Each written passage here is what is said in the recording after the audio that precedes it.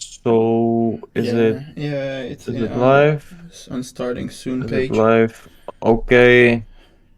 Hi everyone. Welcome. Welcome.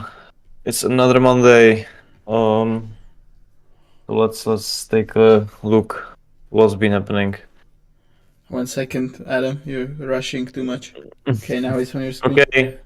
Okay, so I believe everyone can see the coin market manager screen. So once again, hi everyone, welcome to the weekly episode of our little stream. Before we start, as always, this episode and the overall stream is sponsored by CoinMarketMan. It's a automated journal that pulls all your data throughout the API. It costs some money, but if you are going to use the link in the description, you can make a new account on Bybit, link it to the Coin Market Manager, and you will get the whole thing completely for free instead of paying $700 a year. So kind of a nice deal. Like I said, pulls all the data you need, gives you your win rate, gives you all your P&L curves, bunch of different useful stuff that if you kind of use it, go through your trades once in a while, you will be able to find some mistakes that you are doing and hopefully correct them as well. So with that out of the way, let me switch to the trading view. I will be talking about a little bit about the Bitcoin and ETH. Just let me open it right here. Okay, so hopefully you can see the trading view chart now.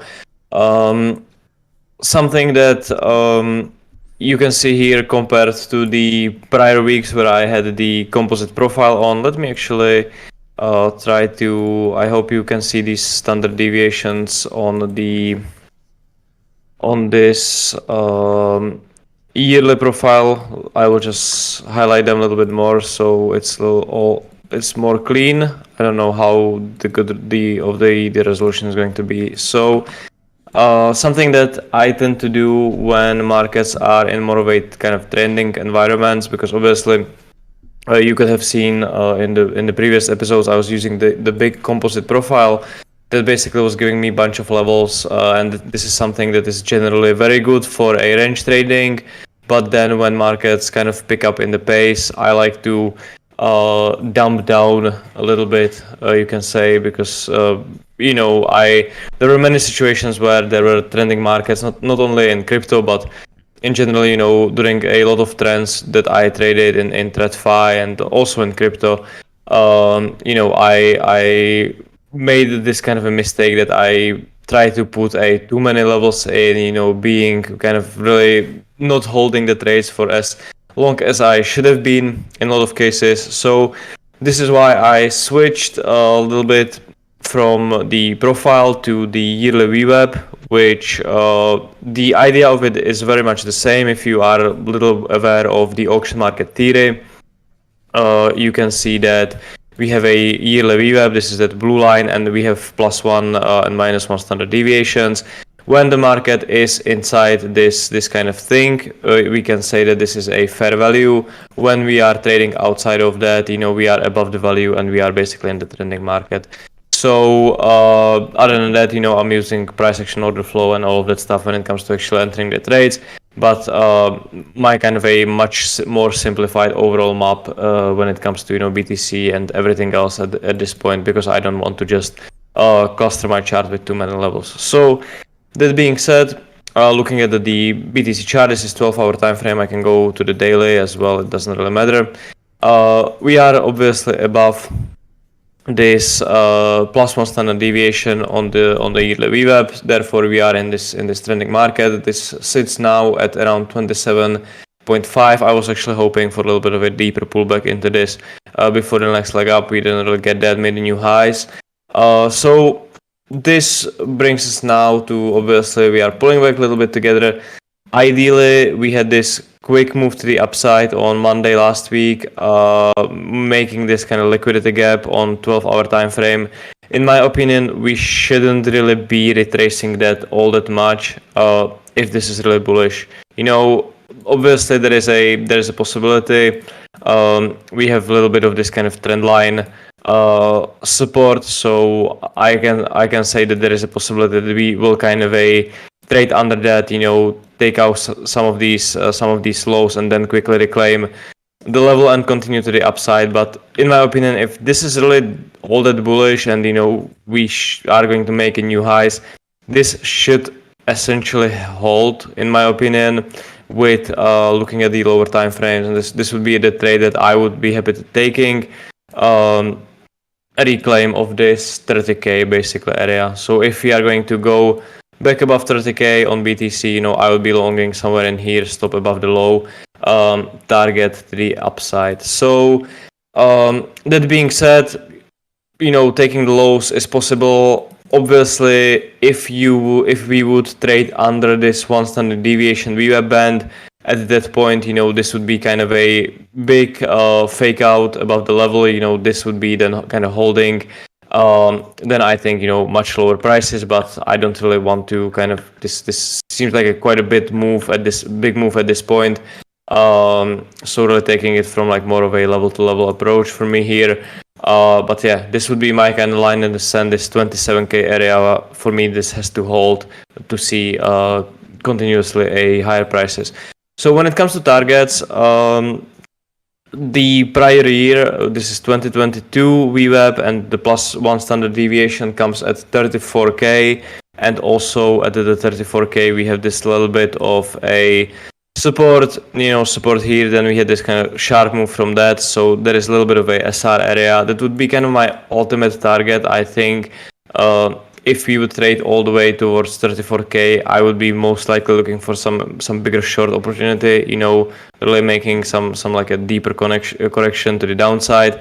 Other levels are very simple, kind of a swing points, which is 32k and 32,500 basically.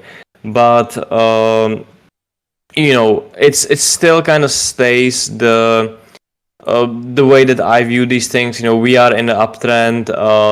My ultimate target is 34k, so I would generally be preferring to take longs. It's an example of basically a situation that happened here and which I was shorting.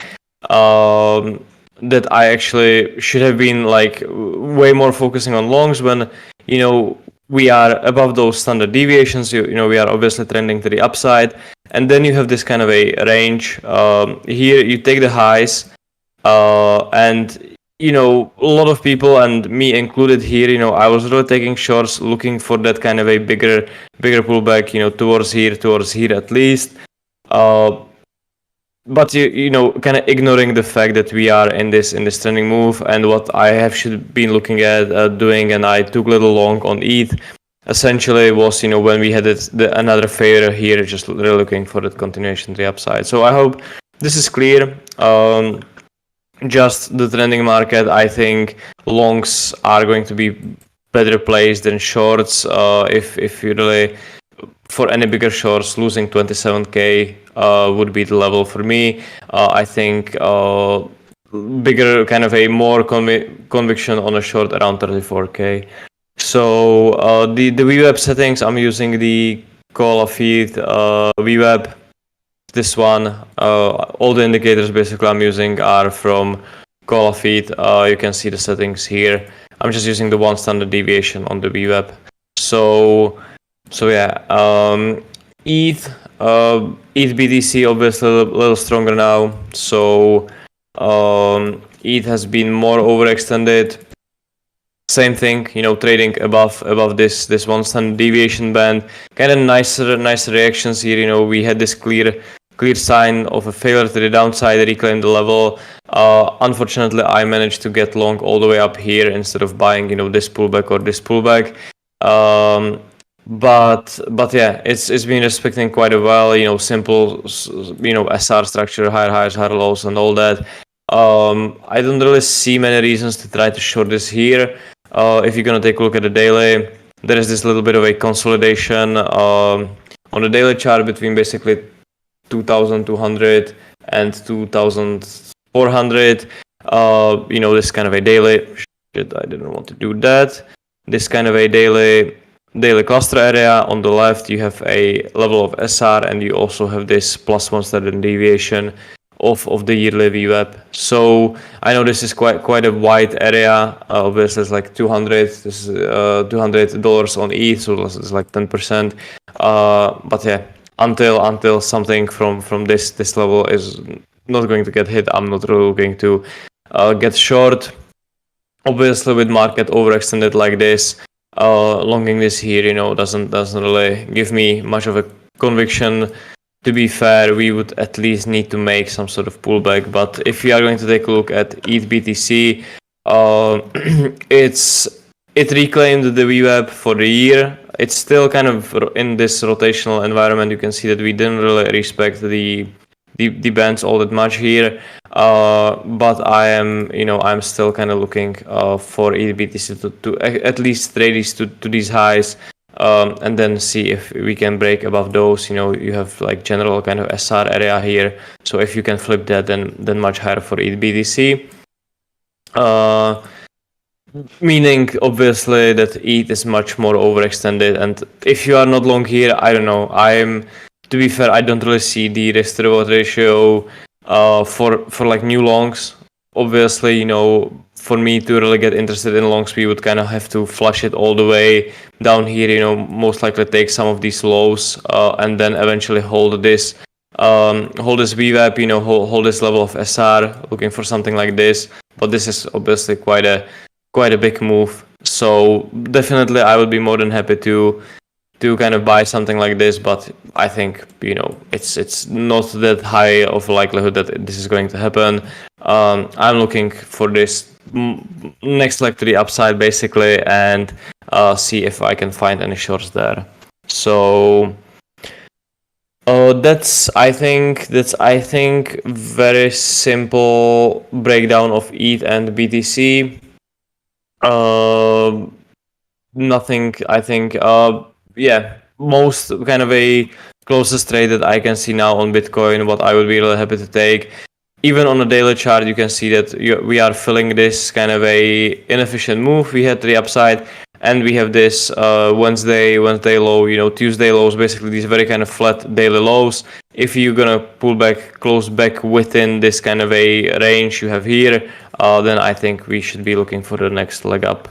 So that's kind of it for ETH and BTC. I hope that's clear.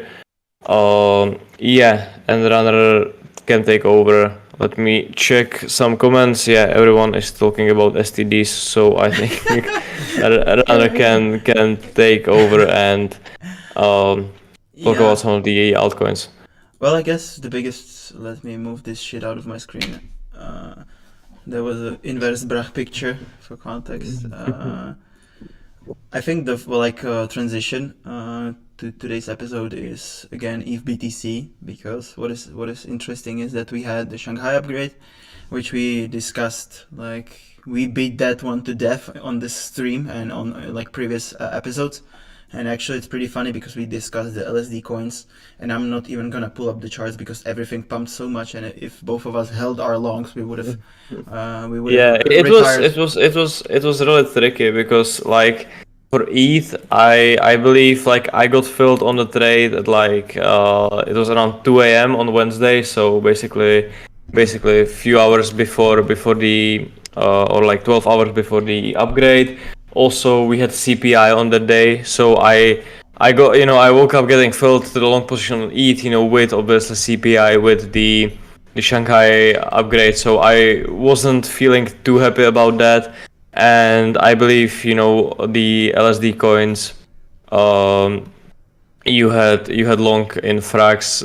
This kind of took really quite a few days. Frax eventually ended up pumping like towards the end of the week, I think.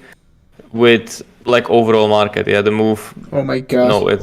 It happened on Wednesday, so yeah, my bad. But fuck me. It didn't really show much of the strength from like when we talk about it basically here, which was like this was the Monday episode. It kind of started creeping out, but then we had really 2 days of kind of going lower. I wasn't longing this because this, although there was this kind of a reference level, I was really looking for something like at least this is like super flat top for me. I hate to kind of buy things with the flat top like this, so I was looking for something like this. I never get that, and there we went higher. So definitely I was at least me personally was expecting more of a just rally towards the event, straight up basically, which was like when the ETH 2.0 upgrade happened. We just had like up only and then flushed to the downside. I just want to check, is my volume better now? I should have made myself more loud. If somebody in the comments could please confirm. Putting it back on my charts, Adam. But let's see in the comments if people say it's better. Hopefully yes. If no, I can still crank it up. So yeah, yeah, sorry. No, it feels like you are moving a little like back and forth, but it sounds better now. At least in my. I'm not gonna move. I'm just gonna click and. But yeah, if BTC moved up, meaning ETH outperformed Bitcoin, and a lot of altcoins outperformed ETH, just like Adam showed. Flex shares, obviously coins with narratives. So I guess the biggest, or like something I see on timeline a lot, is people saying or like laughing at the whole idea of Altseasons or altcoin doing well. Well, I'm not surprised if maybe they still have their watch list back from like 2019 when I'm gonna open a chart of Zcash. And just very quickly looking at the structure, then we can open something like any idea of a dead shitcoin without the price action. No, nothing comes to mind, but there's still stuff moving, and probably the biggest movers of the week, at least I actually have a picture open here or prepared. So these are the best performance gainers. Hopefully it's clear, but hopefully it's well visible. But biggest gainer of this week is called ID. Do you know, Adam, what it stands for? I don't know what it is, but it got listed the same day as Abetrade on Binance, and I remember sending you this. I was actually long this, but obviously I closed this. It took like 2 weeks before going much higher basically. So kind of a funny coin there. Yeah, exactly, right. So if we are very lazy and I want to put it in category, it's a new coin, right? It's a new Binance listing. So let's move on to new stuff. Injective. No clue. I just know all of crypto Twitter is shorting it since like $4, and it just hit $10 while we're streaming. And it's something that I tweeted about. This is like one of the, I think, like cleanest long opportunities that happened this year, and I can show the chart later. Or you can show it on CoinLise. Okay, you want to open it or let me do it? I don't know. I will open it, sure. Okay. Yeah, the injective move, and we got asked about this like basically on every stream. I think for last few weeks, I have seen so many people like shorting this as well. I'm going to admit that I have been in very small long because this was just not giving any kind of pullbacks. I think I longed this eventually somewhere here around like $7 basically. I closed the position already because I felt like I got such a shitty entry. I closed it here. It's already higher. This is going up only. I know a lot of people on the timeline were shorting this. It's going so much higher, and look at the funding basically. This is like your biggest indicator of that you don't really want to be short when you are paying over 0.5% basically on your position throughout the day. And you can see this white line. This is the spot CVD. It's just constant, buying pressure from the spot market. Now we finally have a little bit of a flush on the spot CVD. You can see that also the funding ticked a little positive today, but we are back to the negatives already. But yeah, this is just a situation, and what makes this super kind of rare is that this has like 700 million volume at this point. Like these things happen quite a bit when you have like 50 million volume, shitcoins basically that no one really trades, but to have it on liquid market like this, when you have such a huge spot pressure, moving this is like such a nice long opportunity. Obviously the downside of this is that you just kind of have to ape in. I started looking basically at the beginning of April at this. It came to my radar, but I wanted to buy here at $4. Then I wanted to buy if we would move little under here, $4.50, and it just kept going, and I just gave up around $6.50, close the trade here. It's still going higher. So situations like these are super rare. You won't see them very often. I remember something similar happened on Kava. Or Axie, Philip, you remember that one? Yeah, on Axies as well. On Kava, something very similar happened, but the funding, it was much more short-lived than the injective. You have obviously a huge run-up in buying overall, a lot of spot buying. You have such a negative funding. Buying anywhere in this consolidation for a nice leg up was very nice trade. This one I tried to short here, then I kind of flipped long, took a little out of that. But these things are very rare on the coins that have such a high volume, basically. So yeah, injective. If you are thinking about shorting this, I think there are better opportunities. Yeah, like it still doesn't make sense. I think this is going to be like awesome short at one point.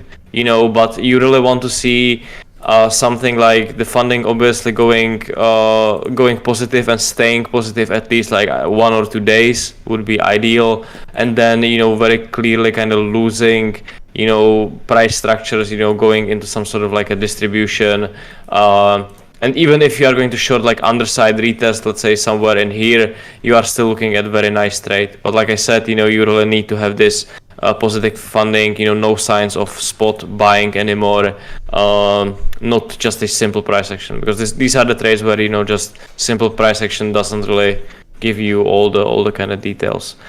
So yeah, sorry for this little interruption with the coins you had there. Oh no worries. One I guess background for injective, I believe it had like $400 million ecosystem fund. But yeah, let's move on to another coin, FTT. That was the whole news trade. When I want to quickly show the chart because it's not really narrative, but people love to become bag holders of this dog shit. But feel free. Let me show this on 30-minute chart. So this was the classic news hit about the committee or whatever, the people, decision makers in the lawsuit of FTX, Alameda thing, the whole scam. Basically considering restarting the whole exchange, right? So you have this price action, but price basically 3x'd in whatever, in like 2 days, in like few hours. I could not take the trade because I was actually running, so that's unfortunate. But zooming out a bit, it's almost full retrace now. So this happened twice already. First pump was here in like half March. It was the same basically news, right? So we already have 2 instances of alleged or like possibility of restarting the exchange. Second one was much bigger. So I'm not gonna comment anymore, but one of the top gainers. And then moving on is RNDR and RDNT. I have no clue what any of them are, but also Arbitrum and Hook. What I want to show with this example is if I now open here, I have Binance, they have announcements, and you can see all their new cryptocurrency listings. So if I would basically try to look for these coins, they're most likely going to be the coins I just shown. The best performers are most likely new Binance listings, or they have some new products, meaning you have something like they got futures listed, listed to innovation zone, yeah. So that's the narrative. New coins, good coins. I'm gonna show an example of ID, even without like any extra commentary. If you look at this chart, it has like few weeks old chart, right? And this is basically up only. So if you look at this chart, there's not a single bag holder. Like there's almost no way you could have bought this and be at a loss unless you bought this listing wick. And if you bought the listing wick, then trading is not for you. But I was longing this actually. I DM'd you about this. I longed this on like 26th of March. Oh, but that's three days later after the wick. It wicked to like $2. yeah, like few days after listings, we had quite a huge negative funding on this. It was in the innovation. It was, people got basically airdrop that deposited BNB or something like that. It was why the BNB pumped few days before that, right? Yeah. So there was a lot of selling pressure. I got long into it. It went into nowhere basically. I think I cut it for like a small loss eventually. But yeah, then it kind of randomly pumped one day. It went sideways basically for 18 days. This is the area where I was buying. I think I bought a little bit here. We took out the lows. I bought a little bit there as well. Then just kind of closed it in the middle of nowhere because nothing happened. And look at that. If I would just held for 18 days, it would go up. But yeah, these things, in my opinion, are kind of complicated to trade. Because they just go. I think the render, the RNDR. This is little like history. Like it got just like perps listed, but the coin itself has been a thing. But yeah, with coins like these, it's definitely kind of hard to pick this up beforehand. Because this once again did nothing for 4 days, and it's just one of those situations where you will have to buy here and just hope for the best kind of type of thing. So, yeah, if I may just add, like you see these patterns with these new listings very often. So obviously it's hard to enter, and it's so much easier to say it in hindsight. But like usually the play for these is just to, as you said, market buy and trailer stops. Yeah. Because usually the playbook or the price action is the same. It's same for Arbitrum. It's the same for the other RDNT or whatever the coin is. Doesn't. Yeah. But even Arbitrum took like quite a bit. We always had this huge move towards the end of the last week. But it took how long? Like 2 weeks? Yeah, 2 weeks basically.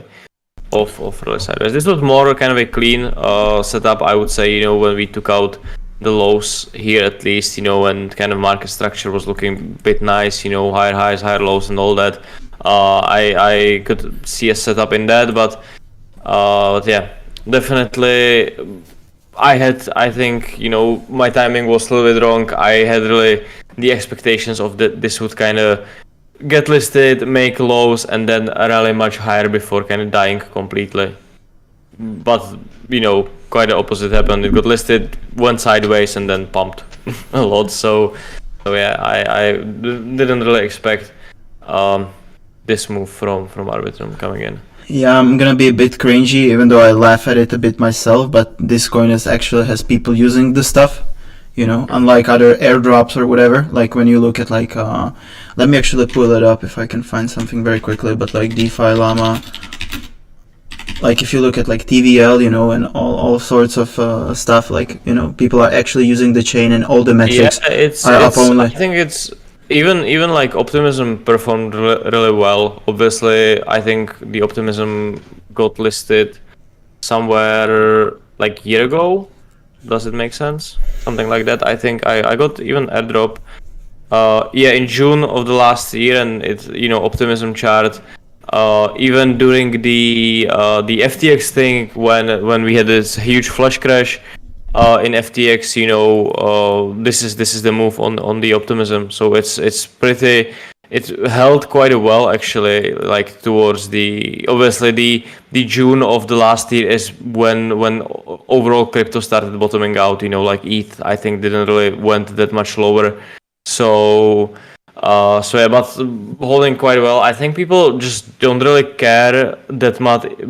That is just a governance token. But since they are actually using the chain and trying to get these kind of next 100x gems, they will always favor coins like these rather than something they like never used and have had no idea why it moved. And I think some, like you mentioned, a lot of these news listings, I think like one of the good things what I actually like about this move, that a lot of layer 1 coins are moving at the moment, and also like altcoins like Litecoin is moving. as well, these coins have much more like daily volumes, much more liquidity, much higher open interest. So these are kind of things that I really like to trade. So yeah.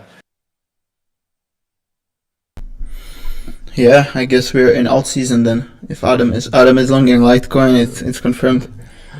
Yeah, that's actually quite a good looking chart. Not all that much today, but Litecoin doesn't look all that bad. I think if I can switch this to, we have a halving, which is narrative type of thing, but yeah, Litecoin is basically the only coin, if you are going to take a look at this VWAP structure from the last year, that is actually trading above the one standard deviation on the upside, or at least it's like one of the very few coins. If you're gonna take a look at ETH, ETH is still under, Bitcoin is still quite under. Basically everything else, Phantom is much more under than that. I think Optimism doesn't have the full year VWAP, but yeah, Litecoin, one of the few coins that is actually quite strong with the halving, with kind of flipping this level of SR. I think this is actually a pretty nice looking chart, which I'm pretty sure everyone will remind me in a few days after this is going to, completely dump back to like $87 that I was bullish Litecoin at the top. But this is one of the few charts that I like, along with AVAX, along with what else I'm looking at. I think BNB is looking still quite solid. Yeah, Phantom is looking decent if it can kind of flip here to the upside. Nice. I'm personally, the only position I'm in, or thesis driven trade, I guess, is Doge.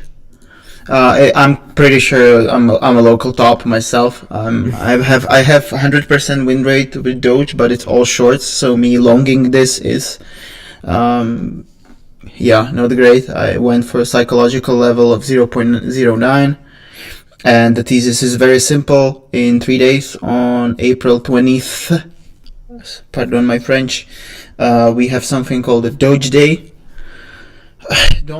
Don't try to make sense, normies love that. Number go up, I just press green and I hope for the best.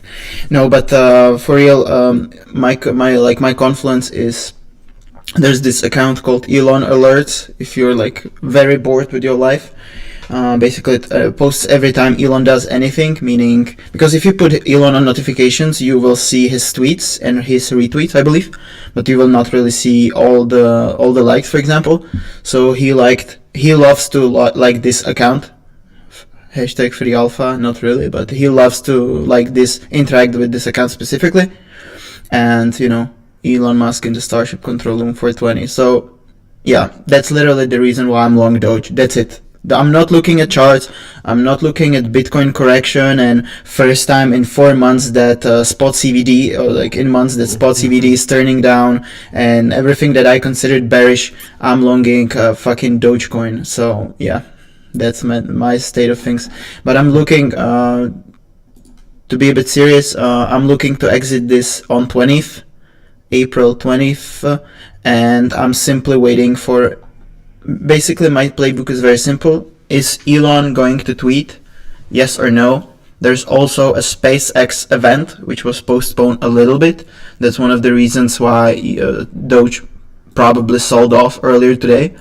But also on 19th, so one day before the Doge day, after hours, there is Tesla earnings. So let me actually look this up. But I'm pretty sure it's on Wednesday. Yeah, it's on Wednesday after hours, meaning it's like, for me as an European, it's late at night or in the evening, and just a few hours later you have Doge Day. So I'm just gonna hope. All the way up there on the first. Yeah. So, but at the same time, like if the Tesla earnings are really, really bad, it's probably gonna affect Doge as well. I've never really studied this, and I'm also quite curious if Tesla sold. Oh yeah, right. They might have sold their Bitcoin, right, or bought more of that nature. So it would be interesting earnings, or like interesting 24 hours, I guess. Especially if you're like from Europe, for Doge, it's the only coin I'm looking to trade. and like Adam is long or like looking to long Litecoin. I'm looking to long Doge or LM long. Like we're going full Donald Duck altcoin selection here. Yeah, but I mean there is not all that much from like stuff that move at the beginning of the year. I know stuff like CFX, the Conflux, which was super popular, is kind of doing not all that much, going sideways quite a bit. Mask also, I remember like 2 weeks ago or when this was the Doge logo candle, which made me cut my short. I was kind of thinking this is going to all the way up, but not that much happened, and this was super overhyped just a few weeks ago. STX also doing, being quite dead. And from like like Neo was looking decent, but this was kind of got cut off quite a bit, this breakout. I was thinking about buying this, but this looks kind of shitty at this point, and also it's been in this kind of a huge box for this is 2 months basically, so nothing insane in that. And I know that AI coins had a little bit of a action in the last week or so. Are there any kind of ChatGPT news, or is it just actually it's funny that I know Elon is basically trying to launch AI company. So whenever it's like official and when he announces it like with some Elon fashion, it's probably an easy. Yeah, he tweeted something with it, the APT AI or something. Or AI upped oof or something like that. Like what the fuck, Elon? Yeah, which is I believe this candle. Correct. Right here. Correct. Yeah. Yeah. So really, if you then compare to like good old Cardano chart, which basically is going up only for the last that was our stream basically. It was our stream was the local bottom around 35, I believe. Yeah, I believe I was looking at this and I was even tweeting about this, but I didn't manage to buy. Unfortunately, I missed this one. I remember looking at this quite a bit because we had this move to the upside, kind of my classic thing that I love to watch, increase in OI, so it ends up, popping in the scanners that I'm looking at, high relative volume, this is like a perfect trade for me, basically all the people, chasing the tops, are gonna get squeezed, market just goes from there, OI kind of stays flat, so meaning that all these heavy buyers are kind of holding their positions. This is like a perfect trade for me, but at the same time I was like, yeah, but this is Cardano, this is such a useless coin, I'm not really going to like long this, and look how nice the trade this has been. And same with a bunch of other things, Phantom, Avax, which is why these two at least I've been looking at. They had this nice kind of reclaim of the VWAP on the year, which is also kind of nice level to look at. So maybe on that front I would love to add. Let me actually open. I'm switching to mine. I'm gonna show you guys all Binance listings.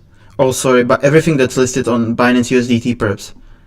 It doesn't matter what you pick, all of this is equally same dog shit, useless tokens. Every single one of it. Doesn't matter if you have a position, if you made money off it, if you retired off of it, if you lost money on it, it's all equally dog shit. And the moment you like accept this and, maybe you have a nice long setup on Cardano, but then you're like, but they never delivered anything, they have lots of bag holders and voila, you missed a trade, right? So I lost so much money on Cardano DeFi. It's one of the things that I'm always afraid to admit. I think I never mentioned this even on Twitter, but yeah, this was like one of the worst few days of my DeFi experience when the Cardano launched. It was called Sunday Swap or something like that, and I just sent the money there, and I was never able to trade anything, and the money just disappeared, and I never even pulled it up. Also, Cardano at that point was like above $1 or something like that, and it was all dropping. So yeah, that was a fun experience. Cardano DeFi. I know why you trade legacy markets. You got dragged on some fucking Cardano DeFi. Yeah, that was really a funny weekend. Just like, I don't know when it was, like a year ago, maybe 2 years ago. Somebody asked if I look at TradFi. Yes, I do, but like frankly, look, I have it. I have this thing ready. I'm gonna show basically Bitcoin and compare to TradFi since beginning of the year. Like Yes, to add to this from my side, because I trade this quite a bit. Like ES has been one of the messiest charts that this year that I ever kind of see and trade it. It's coming to the point that I think I will just not trade this anymore. Basically, it's just the lower time frames. It just grinds to one side. It's really, I really hate how this trades at the moment. Not really having any kind of fun trading this on higher time frames. I think if you day trade, it's all fine. But yeah, it's very hard for me to say like where ES is going. Also, we're coming into like, I'm gonna LARP as macro guy, like VIX expiration and all the earnings happening in the next 14 days, and coming into May that has very bad seasonality for both for basically all risk assets, and dollar index is bouncing. I don't care, man. Like if I had to worry about all this every day, I would be missing my new Binance listing pumps, which are the thing about these outperformance. What I would like, I mean, we say it every week, but I think it's worth mentioning. The outperforming coins, they usually not like, obviously they're they're obviously correlated. They move together, right? But if you have like a few coins every single day, they simply like ignore whatever is happening. You always see that.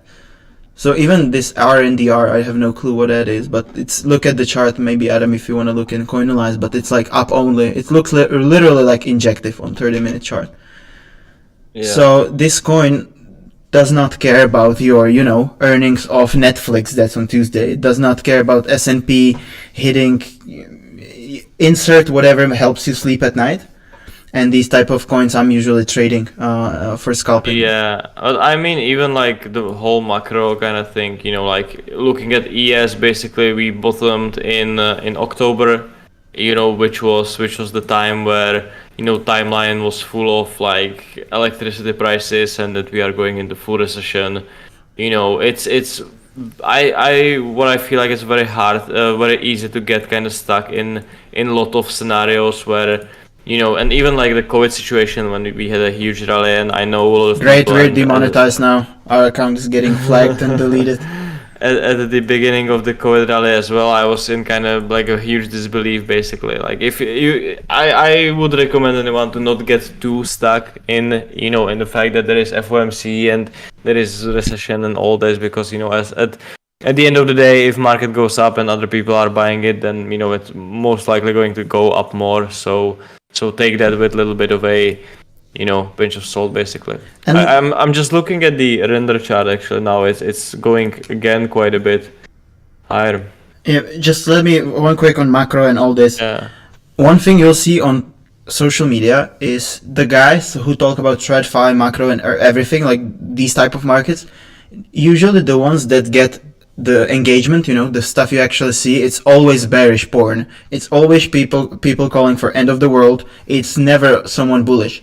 So just don't get stuck in this bias that entire world is going to end and everybody in Europe is going to freeze because of Ukraine war. We're chilling. It's actually getting warm again and prices are going down. But these LARPs are never going to admit this because they're finding a new reason why we're entering World War III again.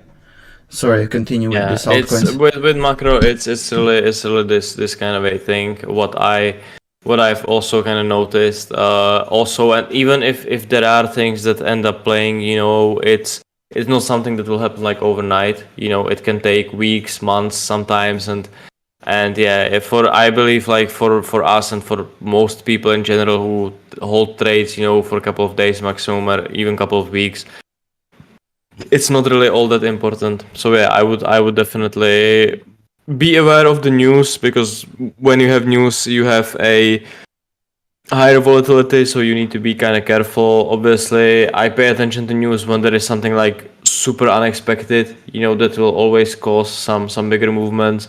But other than that, I'm not really getting stuck to this this fact that, you know, there are issues with electricity, you know, we might be in a recession.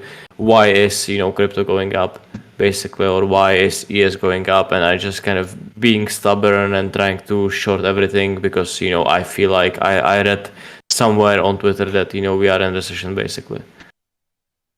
I guess what really helps is kind of acknowledging that neither of us, neither me or Adam, maybe Adam much more than me for sure, but we don't know shit about fuck or something like that. And you just have to kind of get comfortable with the idea that you're not special and I don't really have edge. If I'm bearish because I've seen a thread that has 20,000 likes on Twitter, then it's really not some alpha. It just makes you feel good at night. So, you know, if the market is going up, and trend is clearly up since 2023 started, you should be looking to long pronto, like, and period. Yeah. No, like I feel like there are like good, like a lot of macro people obviously doing this kind of doom porn thing. There are definitely good people. You know, I like to follow like David Bell, for example. He does a lot of like writing a lot of articles about macro and stuff, and it's always kind of interesting read. But I see it more like something that I don't know much about, and I like to kind of educate myself a little bit rather than, you know, reading something and be like, okay, I need to change my whole kind of trading thesis at this point. So yeah. So what's like the best play for trading these like new listings? Like you go long right at the listing, or this is, I believe this would be the listing candle the week ago, or when did actually this got listed? Yeah, I guess step one would be with the listings is go on much lower time frame, like I know you like. Yeah. You can switch to your screen. I think okay, that would be sure. Kind of smart thing to do. I'm gonna check RD and what was it? RN or RD? RD. RNDR. RNDR, because 1 second, I cannot type. RN. DR. You sure? Isn't it RN? Yeah, I'm retarded. I got it now. So it was listed on 4th. On 4th, okay. So it once again took few days basically to, you know. Yeah, 1 second, 4th. I see people talk about intraday swing trading. Yeah, like I think in general, like on intraday time frames, you can kind of catch more things, be more engaged to like overall markets. Obviously, the issue is with crypto, especially, you know, since it kind of moves randomly. You know, like this RNDR coin now is moving. You know, it's like 4 hours after US Open. You know, it's like 8 p.m. evening here in the Europe.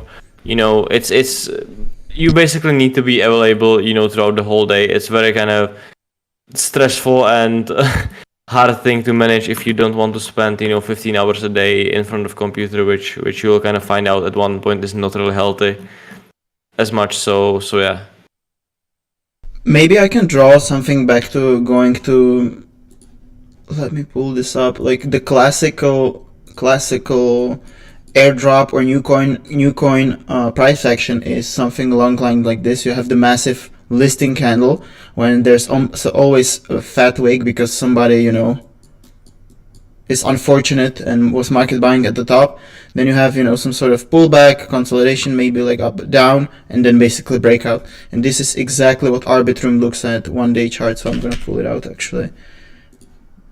Yeah, it's very similar to what I just drawn past tense. So yeah, and this one is very fun, Arbitrum specifically, because I'm not gonna drop names, but basically everybody on Twitter when Arbitrum was at like 1.1 was calling for this to go below $1. That one, and like I know a lot of people wanted to buy it. You know, that was the like, I'm gonna shitpost or LARP on Twitter, but I'm still gonna buy $1 for the meme. And obviously we never got it, and then we had more governance proposals, we had Saka tweet, and yeah, I think like if you wanted a low entry, it's gone for Arbitrum. Yeah, I would be looking like 1.4, but I don't even think we're gonna get that. Yeah, that high, previous high, yeah. Yeah. Yeah, basically 1. Yeah, somewhere around that. Like, well, I believe now a lot of people are kind of chasing the new highs immediately. Of course, that can work. I just don't see really a risk reward for like a new position. But if you would pull down to 1.4, there's actually one cool thing. If I can share my screen for a second. Of course. When we are talking about these kind of new listings and catching the moves that are already kind of moving. Let me just see. Yeah, you can see the exo charts now. This is a new feature that they have. They introduced this just a couple of days ago. Basically, this is a footprint chart with a open interest. So, and they have this kind of net long, net short indicator. Basically calculating the new positions opening and on both sides, on long and short. I know it's not like 100% accurate. A lot of people reached out to me about this. Like the calculation is a little bit off sometimes, but still, I believe it's a nice thing to do, and they basically made it into the footprint chart, which you can kind of find here if you are using exo charts. And this is that RNDR just today before we had that kind of a break to the upside. And this is 30-minute chart, so it's nothing too insane. Like you don't really have to go to 1 minute chart basically. But you can see, if you're gonna take a look at the candles on the left side, obviously you have a net shorts, like new shorts. Opening on the right side, you have new longs opening, and you can see that every time we kind of, if you just draw this as kind of your range, we are trading currently, and first of all, you need to come into this with this kind of a idea. It's a new coin. You want to go long. I believe for order flow, this is kind of your last step. This is helping you with execution, but you already need to have like your whole thesis, your whole idea. Not like I'm going to just open this and see what I can find basically. But if you are going to take a look, on these candles, you can see that towards the kind of a bottom side of this distribution, we have these kind of bigger chunks of the net shorts opening. So this can be like one of the nice indicators you can probably use to kind of position yourself more aggressively. Once we start to break out, then buying somewhere in here would be a nice trade for the upside. Like you can speculate with a lot of these newer coins. If they get let's say they're listed on Binance for a while, or they got listed on Innovation Zone, then they get perps. Like you can go full Binance cartel mode as like justification. Why did they get perps in the first place? Maybe somebody wants to distribute much higher, right?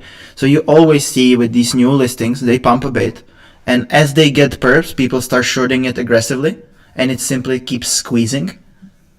So it's just the same playbook. I guess the takeaway from all of this talk today is just remember these patterns. I don't know, it is very easy for me personally because I'm autistic, I don't know, but I also journal a lot. I write down the patterns, and if you look at stuff like GMX in the past, GNS, Magic, all the Arbitrum listed tokens, then all of these of this week, they all trade always the same.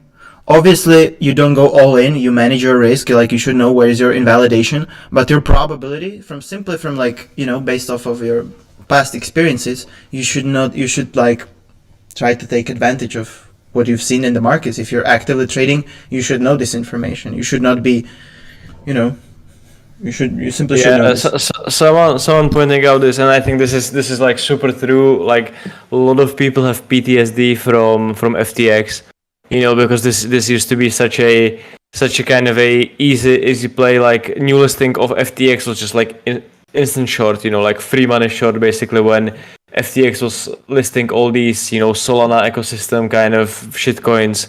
So yeah, but now definitely this changed quite a bit. I feel like, with a lot of these coins, when people just have no idea why they are going up, they will just keep going up solely because of that. And I don't really think you need to use something like order flow. I'm looking at this ID chart, it's like most of these candles are just so low volume, kind of people getting just stopped out left and right. So I don't really believe you will get much from that. You really just have to buy a breakout, like you will make this first leg up, a little bit of consolidation, and if you really want to be part of this, you just need to start buying.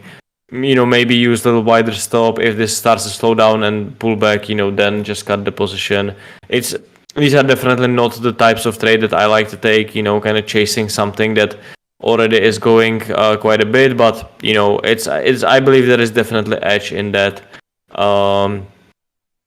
New listings and all of that, basically. It's just for context, not we're trying to say, or first of all, nothing in this is financial advice, but it's just like example of that stuff is actually moving, because on Twitter a lot of these bigger accounts are saying that like altcoins are dying, which is simply not true. They're simply looking at the wrong stuff, and I feel like purposefully, because simply like, you know, sort of denial of admitting that, you know, they're missing out potentially someplace in the market, which can be liquid. I understand if somebody is watching who's trading 9 figures, then yes, maybe this is not for you, but for the but I mean, like, you know, like something like the INJ move, you know, like the chart of INJ, if it looks like basically one huge pump and dump, you know, it's the coin that been around since 2020, I believe, yeah, and you know, it looks quite dead. There are like huge wicks. If I will just kind of change to trading view, you know, if you're gonna take a look at INJ, basically from like 2020, you know, it has these kind of huge wicks on daily, like super illiquid coin moving with you know, like overall market, but you have days like these, you know, you have days like these here as well, even like towards the start of the year. It's like super thin, super illiquid coin, and I'm pretty sure that like few years from now, you know, it will be trading, you know, somewhere back in this area. The chart will be looking like just huge kind of pump and dump. And but yeah, like if you have situation like this when this is going up only, if you have that kind of a underlying reasoning for the fact that, you know, spot is buying and people who are trying to short it just getting, you know, rinsed over, like there is no reason to be like super skeptical and not trying to kind of capitalize on that, even though we all kind of know that this is most likely, I have no idea what the coin is or what it does. Basically, you know, we can all agree that few years from now it will probably be sitting somewhere in here and no one will ever remember it existed. But you know, if you have a move like this, like it's silly to come into this with this kind of like overall mindset that yeah, it's just some shitcoin, you know, I'm not going to be trading that.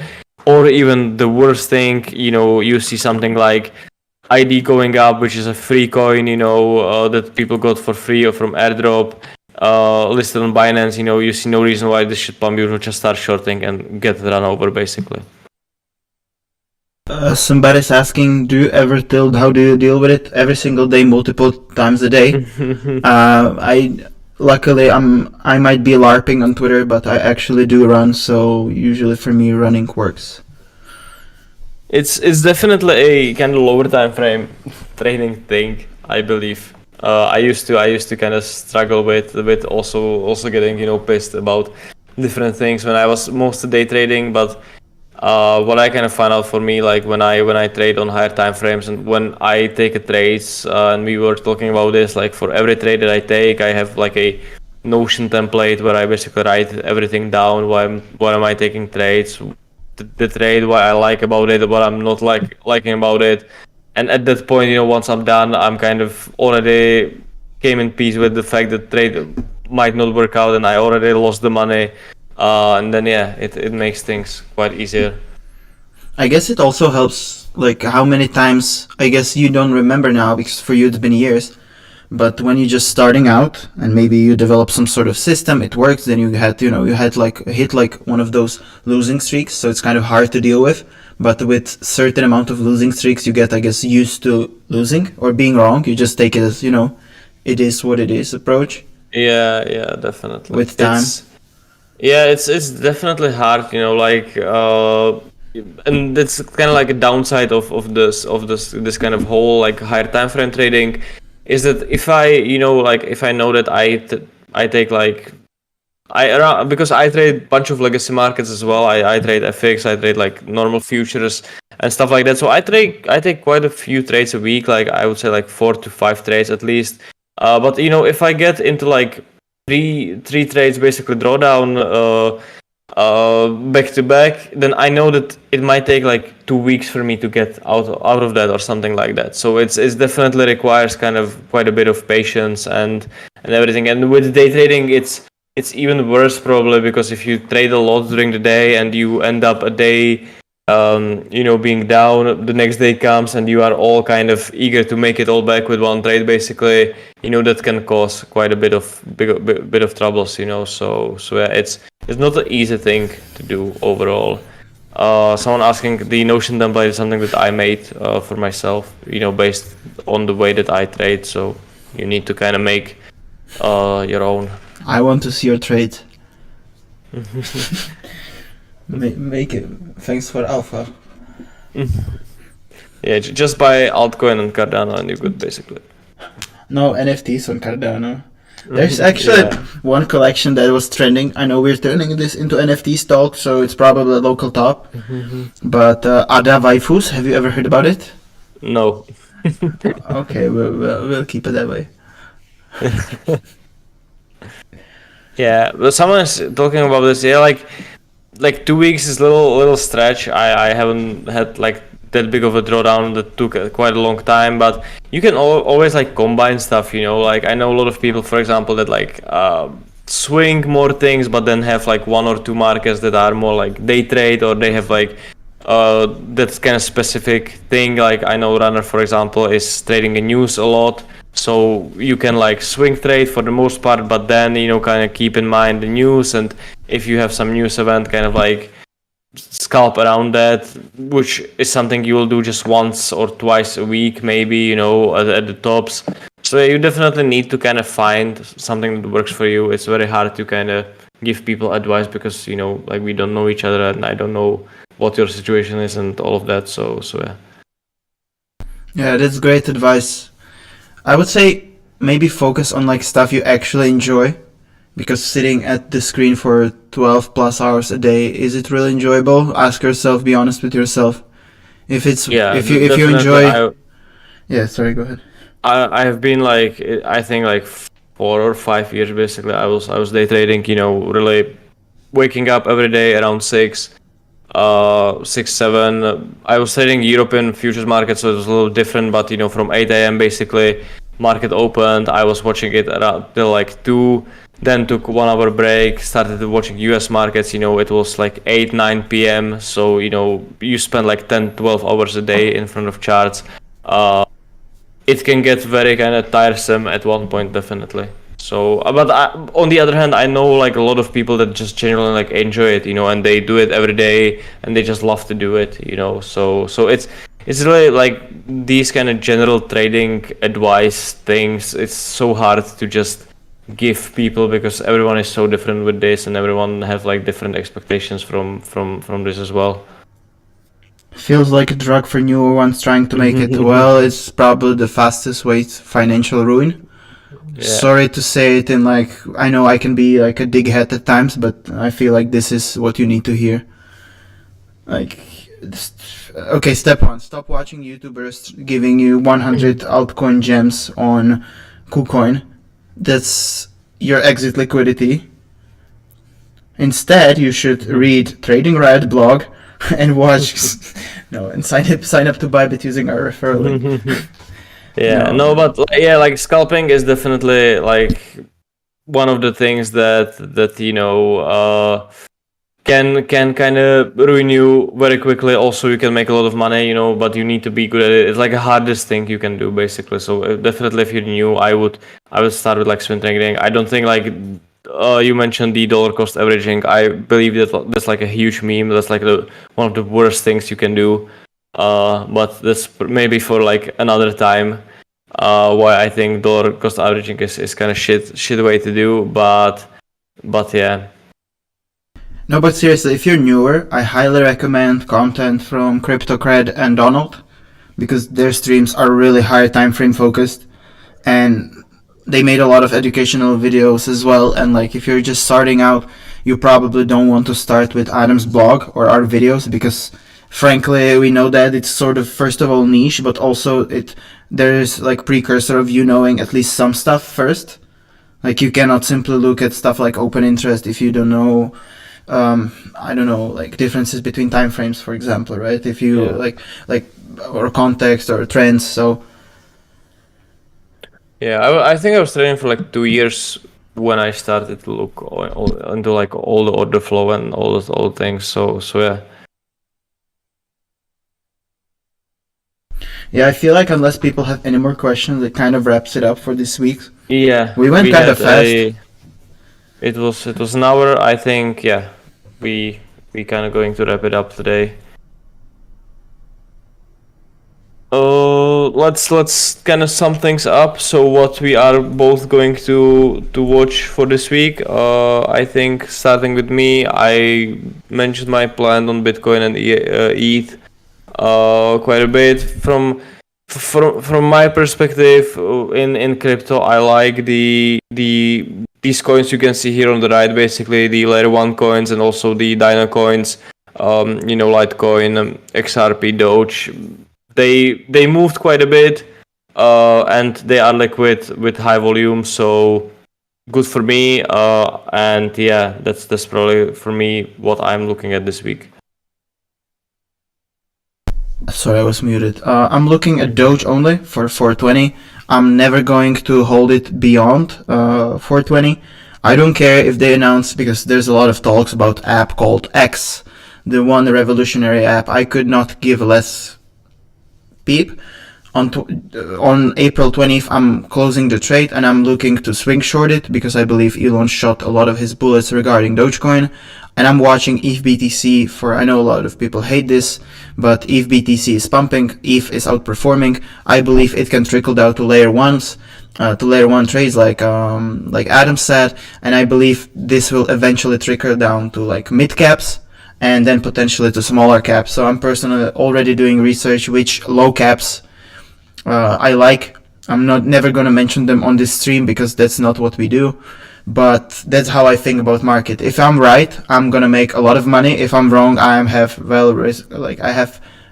okay, English, start working, please. I have well-defined risk, so I'm willing to give back some of the profits from earlier this year to squeeze some more on bigger garbage or bigger scams in the market, basically. And the fact that Doge is pumping is usually not a good sign anyways.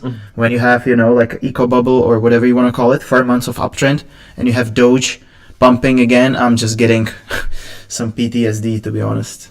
And I think what would be kind of cool, just for the low caps, if the layer 1 coins kind of continue to be strong, like you can go to Dex Screener, look at the ecosystem as well, because obviously coin going up, it will attract some new money to like the whole ecosystem if you want to play.